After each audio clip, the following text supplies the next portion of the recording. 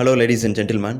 ஒரு சின்ன பையன், 10 வயசு சின்ன பையன், சினிமாவில் சைல்டு ஆர்டிஸ்ட்டுக்காக 500 சேலரி வாங்கின ஒரு பையன் இன்றைக்கி 210 கோடி சம்பளம் வாங்குறாரு. ஸோ அதுக்கு பின்னாடி எவ்வளோ கன்சிஸ்டன்சி இருக்கும், எவ்வளோ ஹார்ட் ஒர்க் இருக்கும். நான் பேசும்போது தெரிஞ்சிருக்கேன் நான் யாரை பற்றி பேசுகிறேன் அப்படின்னு சொல்லிட்டு. The one and only Thalapathy Vijay sir. Actually அவரை பற்றி உங்களுக்கே நிறைய தெரியும், நான் சொல்லணும்னு அவசியம் இல்லை. இருந்தாலும் இன்றைக்கி ஏன் சொல்கிறேன் அப்படின்னு பார்த்தீங்கன்னா, இன்னையோட 40 இயர்ஸ் கம்ப்ளீட் ஆகுது சினிமாக்குள்ளே. 1984 வெற்றின்ற படம் மூலமாக சினிமாக்குள்ளே என்ட்ரு ஆகிறாரு.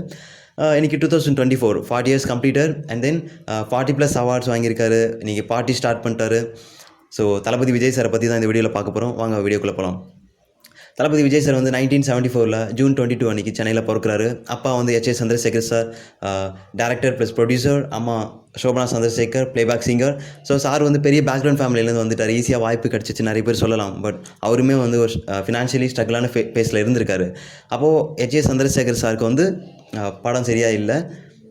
அம்மா பிளேபேக் சிங்கர் இல்லையா, அப்போது நிறைய ஷோவில் பண்ணிவிட்டு அதில் வர அமௌண்ட்டை தான் வச்சு ஃபேமிலியை ரன் பண்ணியிருக்காங்க. அந்த மாதிரி ஒரு பேசும் சாருக்கு இருந்திருக்கு. அதுக்கப்புறம் பெரிய பேக்ரவுண்ட் ஃபேமிலியில் சினிமா பேக்ரவுண்ட் இருந்திருந்தால் கூட சினிமாக்குள்ளே ஈஸியாக வந்துடலாம். ஸ்டேபிளாக நிற்கணும் இல்லையா, ஒரு கன்சிஸ்டன்சி, ஹார்ட் ஒர்க். தோற்று போனாலும் மறுபடியும் எழுந்து ஓடணும் அப்படின்ற வெறி இருந்தால் மட்டும்தான் இங்கே ஸ்டேபிளாக நிற்க முடியும். நிறைய ஆர்டிஸ்டோட பசங்களும் சினிமாக்குள்ளே வராங்க, ஒரு படம் 2 படம் பண்ணுறாங்க, அதுக்கப்புறம் போயிடுறாங்க. ஸோ அந்த கன்சிஸ்டன்சி, ஹார்ட் ஒர்க் இல்லைனா இங்கே ஸ்டேபிளாக நிற்க முடியாது. அது விஜய் சார்கிட்ட இருக்குது. அவரே அவர் இன்டர்வியூவில், பழைய இன்டர்வியூவில் சொல்லியிருப்பார். என்னென்னா 2 குழந்தைங்க இருக்குங்க. ஒன்று வசதியான குழந்தை, ஒன்று வசதி இல்லாத குழந்தை. வசதியான குழந்தைக்கு பேபி வாக்கர் வாங்கி கொடுக்குறாங்க.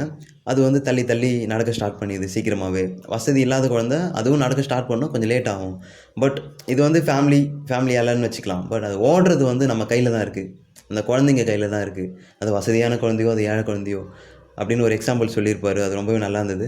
அதுக்கப்புறம் ஒரு கிரிட்டிக் இருக்குது. சார் விஜய் சார் ஸ்டீரியோ டைப்பில் நடிக்கிறாரு, ரஜினி சார், எம்ஜிஆர் சார் மாதிரி ஒரே மாதிரி நடிக்கிறாரு அப்படின்னு சொல்லிட்டு நிறைய கிரிட்டிக் இருக்குது. பட் எவ்வளோ கிரிட்டிக் வந்தாலும் இன்றைக்கி இவ்வளோ ஃபேன்ஸை வச்சுட்டு இருக்கிறது, இவ்வளோ அதிகமாக சேலரி வாங்குகிற ஒரு ஆக்டராக இருக்கார், ஹை பெய்டு ஆக்டராக இருக்கார் இங்கே தமிழ் சினிமா இண்டஸ்ட்ரியில். ஏன் தமிழ் சினிமா, இந்தியன் சினிமாலேயே ஒரு பிக்கெஸ்ட்டு ஆக்டராக இருக்கார். ஸோ அது ரொம்ப ரொம்ப பெரிய விஷயம் இன்றைக்கி ஸ்டேபிளாக நிற்கிறது. இவ்வளோ எல்லாமே இருந்தால் கூட அதுக்கப்புறம் சரி இதெல்லாம் விட்டுடலாம். இப்போ அவர் ஸ்கூலிங் லைஃப் அந்த மாதிரி போகலாம். ஸ்கூலிங் எங்கே முடிச்சிருக்காருன்னு பார்த்தீங்கன்னா, கோடம்பாக்கம் ஃபாத்திமா ஸ்கூலில் முடிச்சிருக்காரு. அதுக்கப்புறம் விருகம்பாக்கம் பாலலோக் ஸ்கூலில் முடிச்சிருக்காரு. அப்புறம் விஷுவல் கம்யூனிகேஷன் லோயலா காலேஜில் பண்ணிகிட்டு இருந்தார். அப்புறம் ட்ராப் அவுட் பண்ணிட்டார். இப்படியே போயிட்டு இருந்தது. சின்ன வயசில் அவருக்கு ஒரு தங்கச்சி இருந்திருக்காங்க, வித்யான்னு சொல்லிட்டு. 2 வயசில் இறந்துட்டாங்க அவங்க. அப்போது அதுக்கு முன்னாடி வரைக்குமே தளபதி விஜய் சார் ரொம்ப டாக்காக்டிவாக, ரொம்பவே நாட்டியாக இருந்திருக்காரு. அதுக்கப்புறம் ரொம்பவே சைலண்ட்டாக மாறிட்டார். அவங்க சிஸ்டர் இறந்ததுக்கப்புறம் ரொம்ப சைலண்ட்டாக மாறிட்டார். யார்கிட்டையும் பேசாமல் அப்படி மாறிட்டார். அவங்க அப்பா பார்க்குறாரு, என்ன பையன் ரொம்ப சோகமாக இருக்கானே, ரொம்ப சைலண்ட்டாக இருக்கானேன்னு சொல்லிட்டு, சரி இவனுக்கு எதனா சேஞ்ச் வேணும் அப்படின்னு சொல்லிட்டு ஒரு படத்தில் நடிக்க வைக்கிறாரு சைல்டு ஆர்டிஸ்ட்டாக. நடித்ததுக்கப்புறம் அவருக்கு சினிமா ஆசை வந்துடுது. நானும் ஆக்டராக போகிறேன், எனக்கு சினிமாவில் இன்ட்ரெஸ்ட் இருக்குன்னு அவங்க அப்பா கிட்ட சொல்கிறாரு. அவங்க அப்பா திட்டுறாரு, சினிமாலாம் உனக்கு வேணாம், அதெல்லாம் செட் ஆகாது, அதுக்கு டார்க் சைடு இருக்குது, நீ ஒரு சைடு மட்டும்தான் பார்க்குற, அதுக்கு டார்க் சைடு ஒன்று இருக்குது, அதெல்லாம் ரொம்ப கஷ்டம், நிறைய கிரிட்டிக் வரும் அப்படின்னு சொல்லிட்டு அட்வைஸ் பண்ணி அனுப்பிடுறாரு. இவர் வீட்டை விட்டு போயிட்டு ஒரு தேட்டரில் உட்காந்து படம் பார்த்துட்ருக்காரு. அவங்க அப்பா போயிட்டு கூப்பிட்டு வர்றாரு, தேடி கண்டுபிடிச்சி கூட்டிகிட்டு வர்றாரு. வந்ததுக்கப்புறம் ஏன் இப்படி பண்ணுற அப்படின்னு அப்பா கேட்டதுக்கப்புறம், எனக்கு சினிமாவில் நடிக்கணும்னு ஆசை அப்படின்னு சொல்கிறாரு. சினிமாவில் உனக்கு என்ன தெரியும் அப்படின்னு அப்பா கேட்குறாரு. அதுக்கு விஜய் சார் சொல்கிறாரு, அவர் டைலாக் பேசுகிறேன் அப்படின்னு சொல்லிட்டு டைலாக் பேசுகிறாரு. ரஜினி சார் டைலாக்கும் நேச்சுரலாக கேஷுவலாக ஆக்ட் பண்ணுறாரு.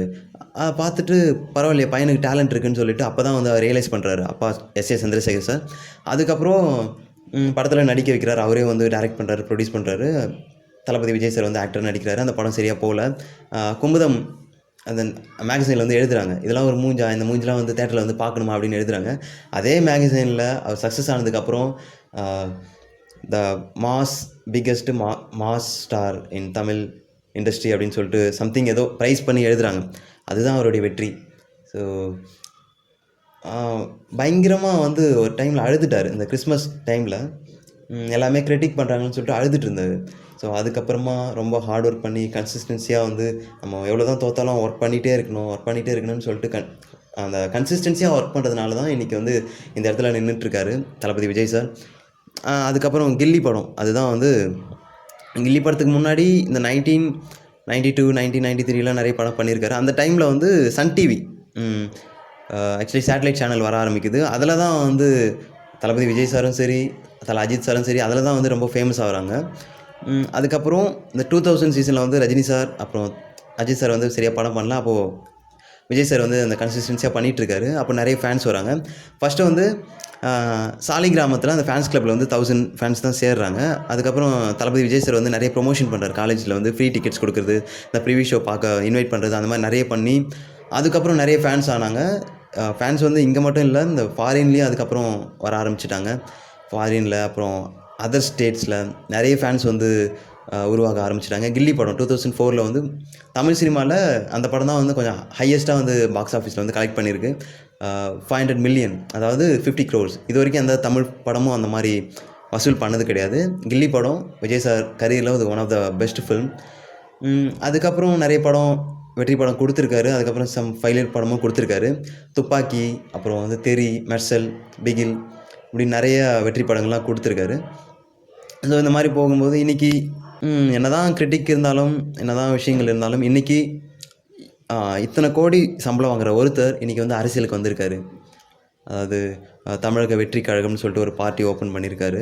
இவ்வளோ சேலரி வாங்குகிற ஒரு ஆக்டர், இவ்வளோ பீக்கில் இருக்கிற ஒரு ஆக்டர், அதை விட்டுட்டு அதை திறந்துட்டு இன்றைக்கி அரசியலை சூஸ் பண்ணியிருக்காருன்னா அது பெரிய விஷயம், ரொம்ப பெரிய விஷயம். ஆக்சுவலி 40 years கம்ப்ளீட்டாக முடிச்சிட்டார் அவர் சினிமா பயணத்தை. இனிமேல் படம் பண்ணுவாரான்னு தெரியல.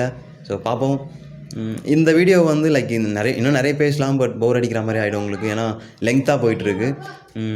இந்த வீடியோ வந்து தளபதி ஃபேன்ஸ் யாருனா இருந்தாங்கன்னா அவங்களுக்கு ஷேர் பண்ணுங்கள். ஏதாவது நான் தப்பாக பேசியிருந்தேன்னா கீழே கமெண்ட் பண்ணுங்கள். இன்னும் நிறைய பேசலாம் அவரை பற்றி, பட் நிறைய போயிட்டே இருக்கும். ஸோ இது போதும்னு நினைக்கிறேன். சப்ஸ்கிரைப் பண்ணுங்கள், யாருக்குன்னா ஷேர் பண்ணுங்கள், லைக்ஸ் பண்ணுங்கள், கமெண்ட்ஸ் பண்ணுங்கள். Thank you so much.